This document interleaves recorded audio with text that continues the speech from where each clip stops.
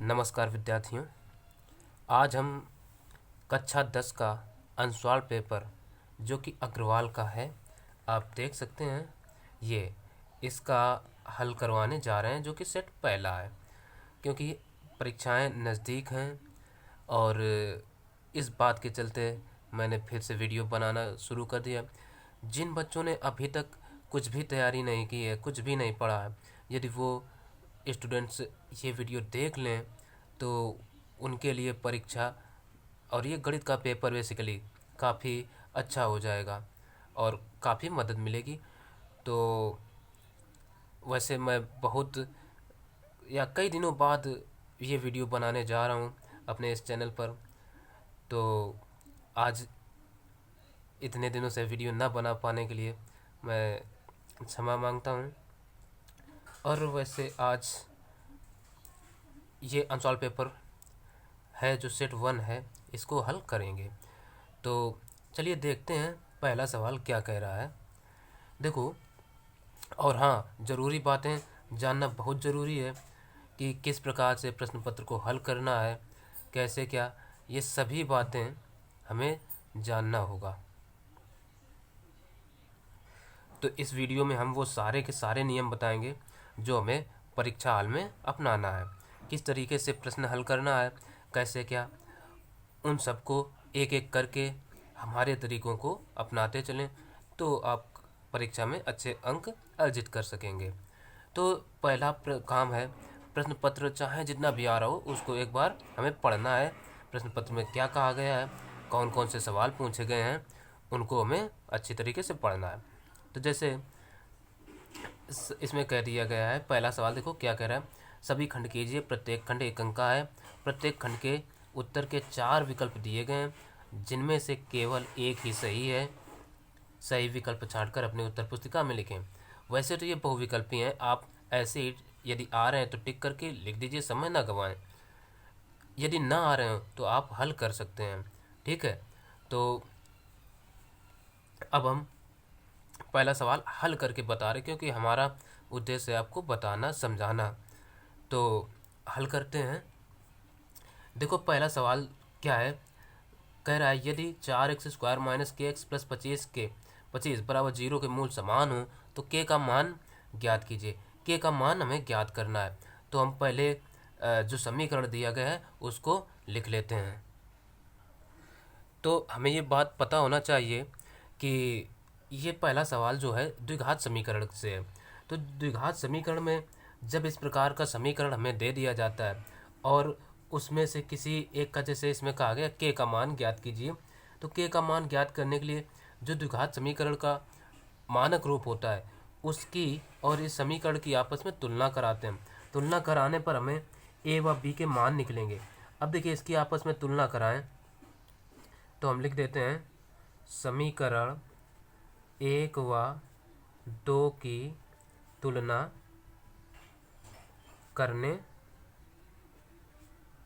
पर, तुलना करेंगे तो ए के स्थान पर 4 है तो हमारी वैल्यू आ जाएगी ए बराबर 4, कमा बी बराबर माइनस के, देखिए बी है तो यहाँ माइनस के है, कमा सी बराबर 25।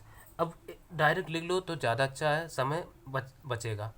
तो अब देखिए इतना हो गया। तब इसके लिए इसके मूल कैसे हैं, समान है। और अब जब मूल समान है तो हम लगाएंगे विविध कर। तो विविध कर क्या होता है, देखिए जब इन बातों को याद रखना है, जब मूल समान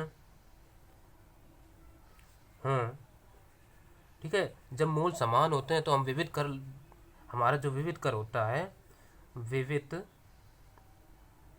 कर कैपिटल डी से लिखा जाता है, वो 0 के बराबर होता है। और विविध कर होता क्या है, ये जो b² माइनस 4ac ये होता है, यही हमारा विविध कर होता है, यानी डी का मान होता है b² माइनस 4ac। और जब मूल समान होते हैं तो विविध कर होता है 0। तो इस बात को ध्यान रखना, जब भी के वगैरह के मान पूछे जाएंगे तो उसमें ये चीज़ ज़रूर होगी, मूल समान होंगे या जो भी कंडीशन दी हो वो हमें लागू करना है। तो विविध कर का ये फार्मूला होता है b² माइनस 4ac। तो रख दिया। अब देखो जो हमें मान पता है उनको मानों को रख देते हैं। तो b का मान है माइनस के, तो माइनस के का होल स्क्वायर, माइनस 4 इंटू ए का मान 4 इंटू 4AC।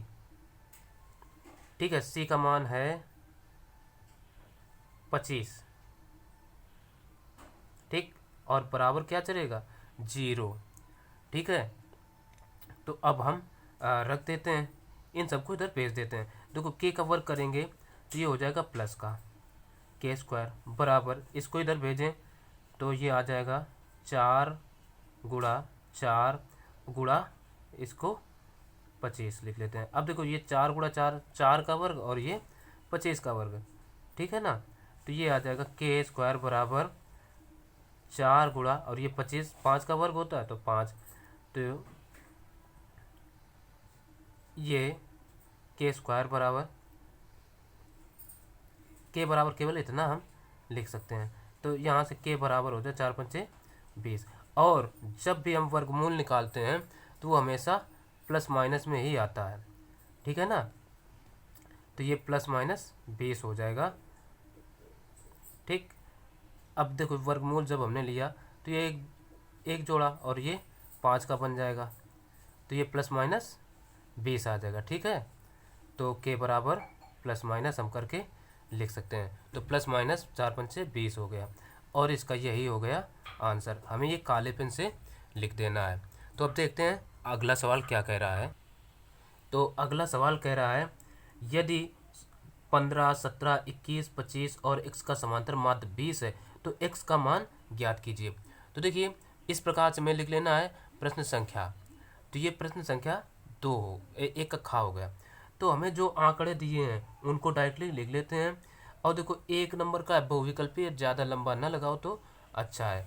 ठीक है, तो हम इसको लिख लेंगे ऐसे। जो हमारा फार्मूला होता है समांतर माध्य बराबर, समांतर माध्य पूछा है ना, तो वही लिख लेते हैं। समांतर माध्य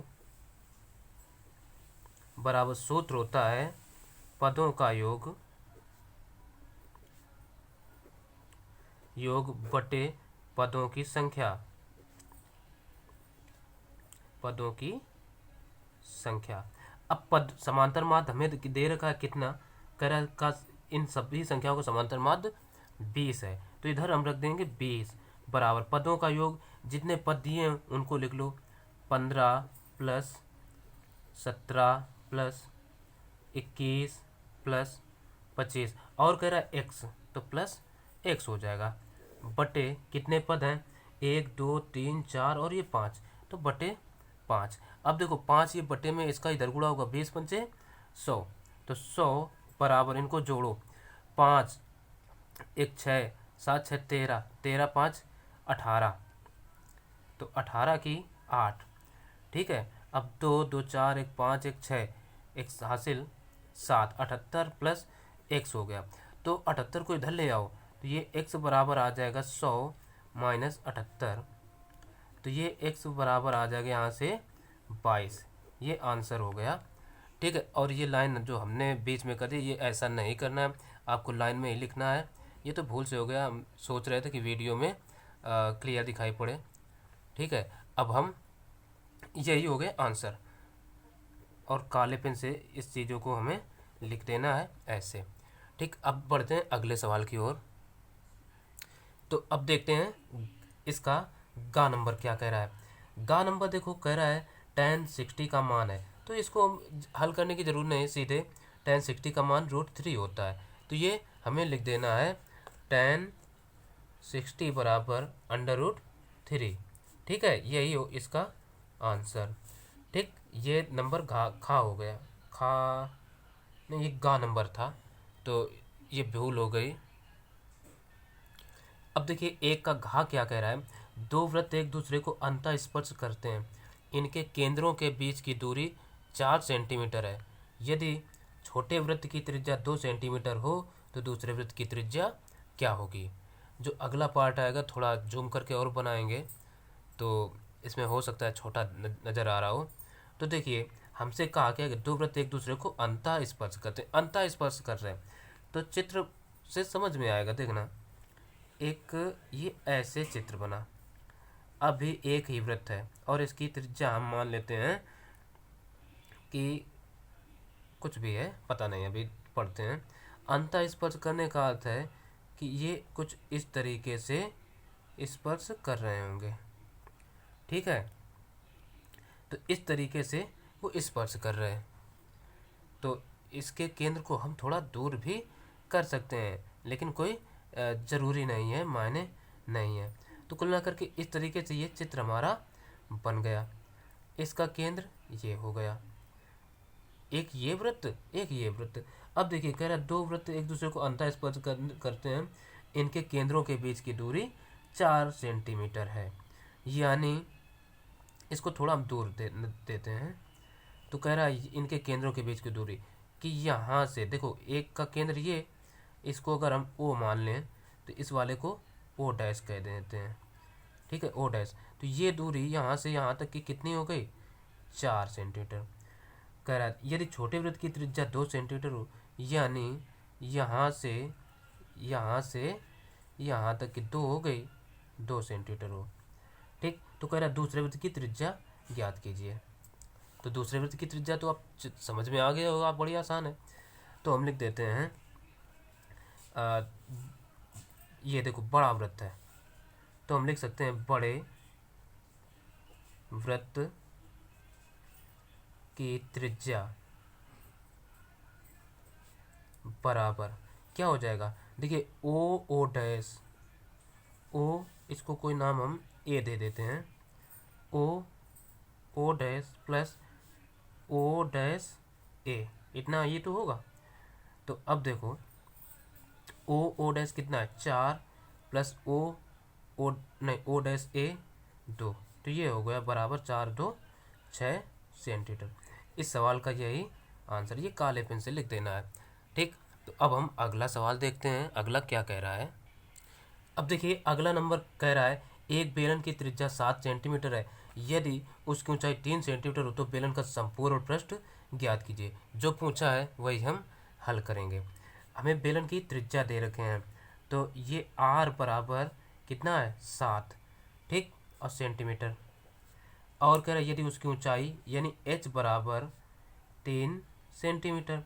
कह रहा है संपूर्ण पृष्ठ ज्ञात कीजिए, बेलन का संपूर्ण पृष्ठ। तो देखो इसको हम एक चित्र बनाकर समझाते हैं।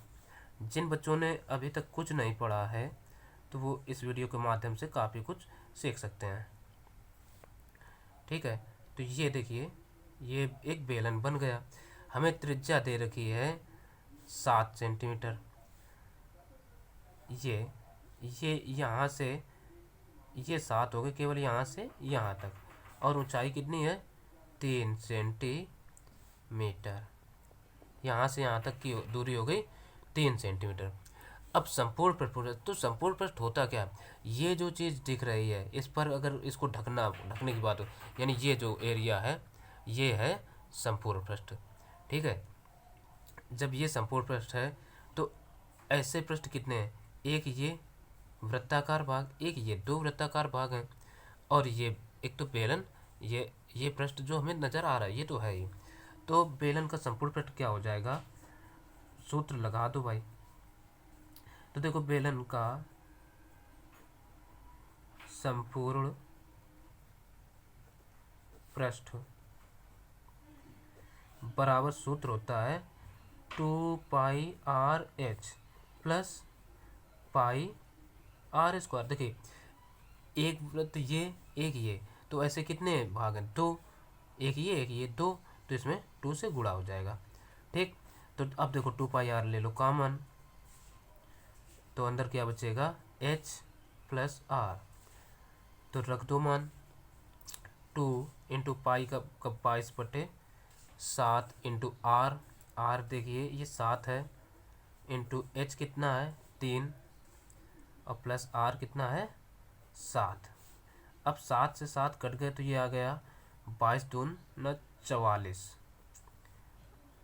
और इंटू 7 3 10, तो ये आ गया 440 सेंटीमीटर स्क्वायर। इकाई लिखना बिल्कुल नहीं भूलना है, अन्यथा गलत हो जाएगा, ठीक है। गलत नहीं, नंबर काट दिए जाएंगे, तो ये हमें ध्यान रखना है। तो अब देखते हैं अगला सवाल। प्रश्न देखिए 1 का चा नंबर क्या करें, निम्नलिखित में कौन सा सहअभाज्य संख्याओं का युग्म है। तो जब सहअभाज्य पूछ दे तो हमें पता होना चाहिए सहअभाज्य संख्याएं होती क्या हैं। तो ये हम आपको बता देते हैं कि सहअभाज्य संख्याएं क्या होती हैं।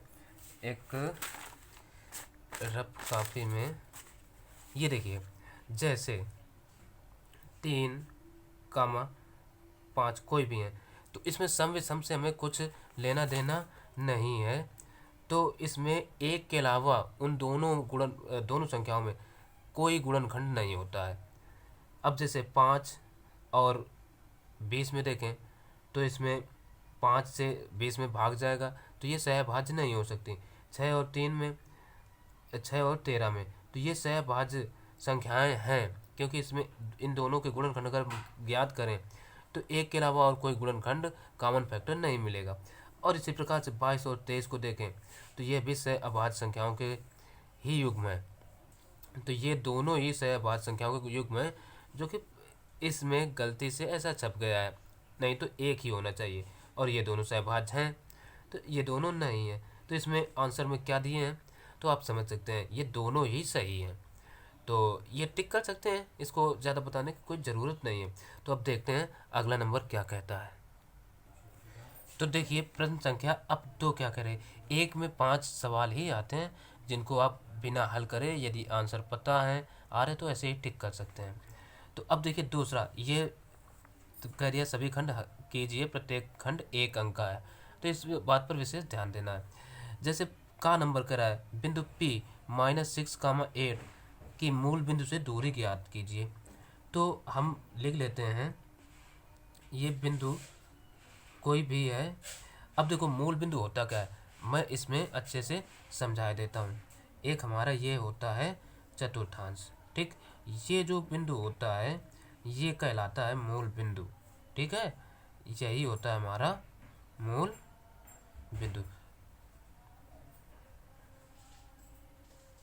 मूल बिंदु जहाँ दोनों रेखाएं ये क्षैतिज और वर्टिकल दोनों रेखाएं क्षैतिज और ऊर्ध्वाधर काटती हैं एक दूसरे को, तो वो कहलाता है मूल बिंदु। और इसके निर्देशांक हमेशा होते हैं 0, 0, ठीक है।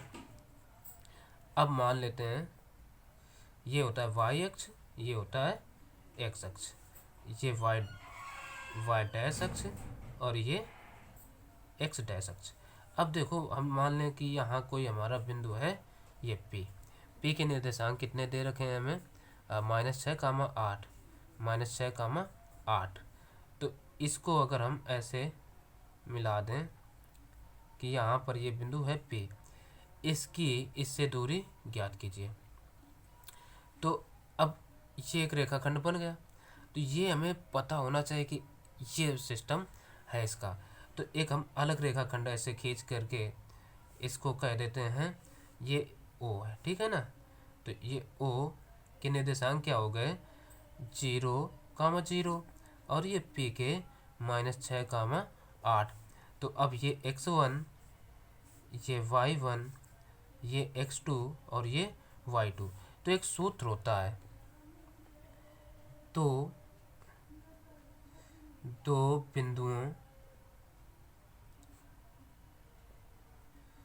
बिंदुओं के बीच की दूरी, दो बिंदुओं के बीच की दूरी बराबर होता है √x2 - x1 का whole square plus y2 - y1 का होल स्क्वायर। अब इसको हम x1 - x2 भी लिख सकते हैं, कोई दिक्कत नहीं। तो अब देखो x2 यहाँ पर कितना है, -6 है, तो √-6।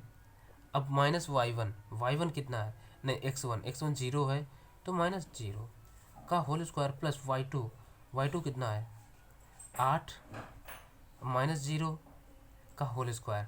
तो ये देखिए x2 -6 वर्ग, चाहे प्लस का करो चाहे माइनस का, हमेशा धनात्मक ही आता है। तो ये हो जाएगा √6 का वर्ग 36 प्लस 8 का वर्ग 64।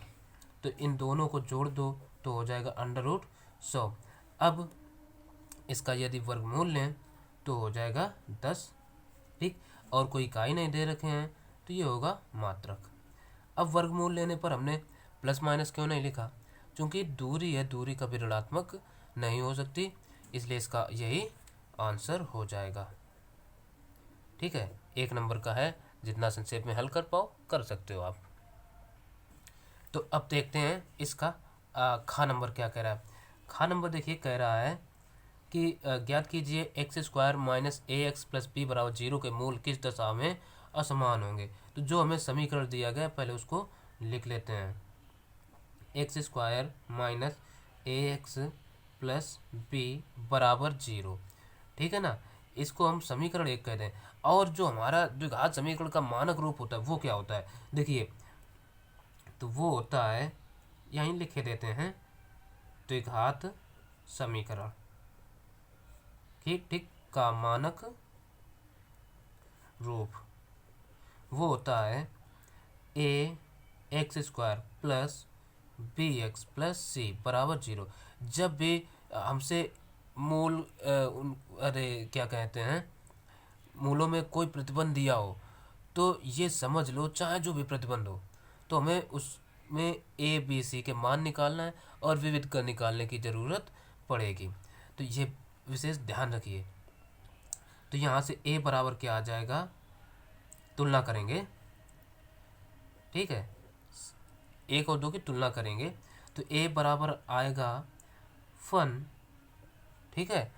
और यहाँ से फिर बी बराबर क्या आएगा, अब देखो ए इसमें है तो इसको हम कैपिटल ए लिख सकते हैं, कामा इसको कैपिटल बी लिखे ले रहे हैं, कैपिटल बी बराबर ये बी है, ठीक है। तो इसको हम कैपिटल ए कैपिटल बी और सी कहते हैं। कैपिटल बी बराबर आ जाएगा माइनस का ए कामा सी बराबर ये बी आ जाएगा। अब इतना आ गया। तो अब देखो यहाँ पर कह रहा है किस दशा में मूल असमान होंगे, ठीक है। तो हमें पता होना चाहिए असमान होने का प्रतिबंध क्या होता है। तो वो देखो असमान होने का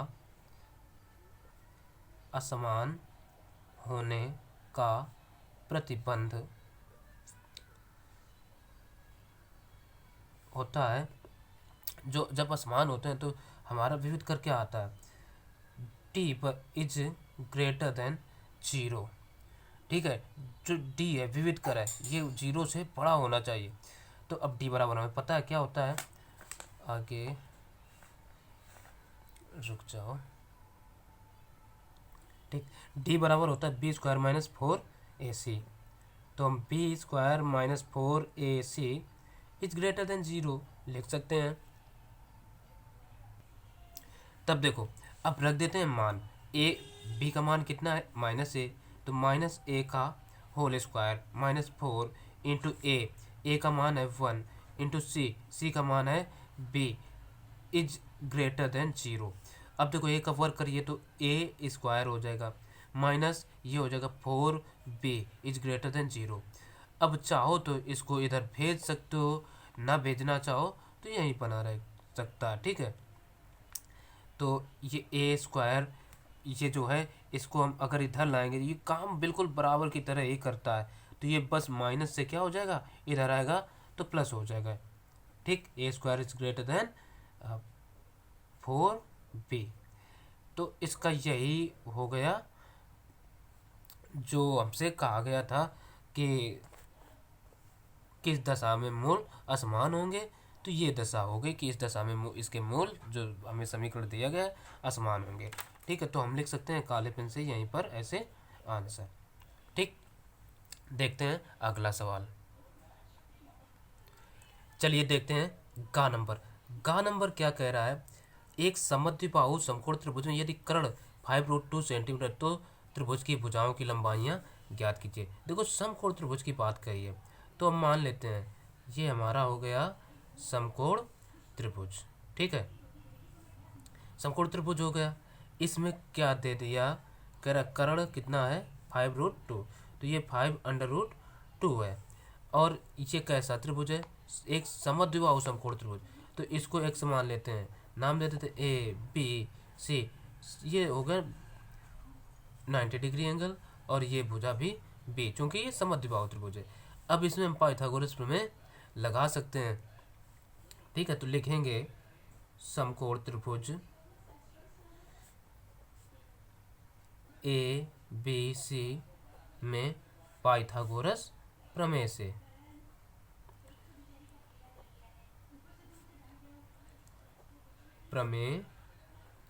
पाइथागोरस प्रमेय क्या होती है? AC का वर्ग यानी कर्ल का वर्ग बराबर AB का वर्ग प्लस BC का वर्ग यानी लंब का वर्ग प्लस आधार का वर्ग। तो AC कितना है? 5√2 का होल स्क्वायर बराबर ये कितना है? एक्स स्क्वायर प्लस ये भी एक्स स्क्वायर है। तो ये अब इसका वर्ग कर दो, 5 का वर्ग 25 और √2 भी साथ में, तो इसका हो जाएगा 2 बराबर 1 2 एक्स स्क्वायर। तो 2 से और ये 2 कट गए तो एक्स स्क्वायर बराबर आ गया 25। तो यहाँ से x बराबर आ जाएगा, भुजा की माप है, लंबाई है, तो केवल हम 5 लिख लेंगे।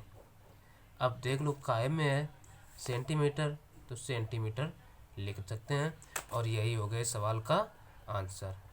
ठीक है, अब बढ़ते हैं अगले सवाल की ओर। तो अगला सवाल देखिए, कह रहा है 7 सेंटीमीटर ऊंचाई के बेलन का आयतन 448 पाई घन सेंटीमीटर है, तो बेलन के आधार की त्रिज्या ज्ञात कीजिए। अब इसको हम चित्र नहीं बनाएंगे, क्योंकि चित्र बनाने से अच्छा है कि ऐसे ही डायरेक्ट हल कर दें। हमें बेलन की ऊंचाई दे रखी है, तो हल में बेलन की ऊंचाई को h से लिखते हैं, कितना है? ऊंचाई बराबर 7 सेंटीमीटर। 7 सेंटीमीटर। इसके अलावा क्या दे रखे हैं? ये देखो आयतन, तो आयतन यानी ये बेलन का आयतन बराबर कितना दे रखा है? 448 पाई सेंटीमीटर क्यूब। ठीक है, तो अब हमें त्रिज्या ज्ञात करना है, तो इसमें वो सूत्र लगाएंगे जिसका मान हमें दिया गया है। आयतन दिया गया तो बेलन के आयतन का ही सूत्र लगा दो, तब हमें पता है बेलन के आयतन का सूत्र क्या होता है, बताओ। बेलन का आयतन बराबर होता है पाई r स्क्वायर h। ठीक, तो ये दे रखा है हमें 448 पाई बराबर पाई को पाई ही बनाए रखो, r ज्ञात करना है, इंटू h है 7। तो पाई से ये पाई कैंसिल आउट, इसको इधर भेज देते हैं, तो ये r स्क्वायर बराबर आ जाएगा 448/7। 7 से डिवाइड कर लो तो देखो ये 7 छंग 42।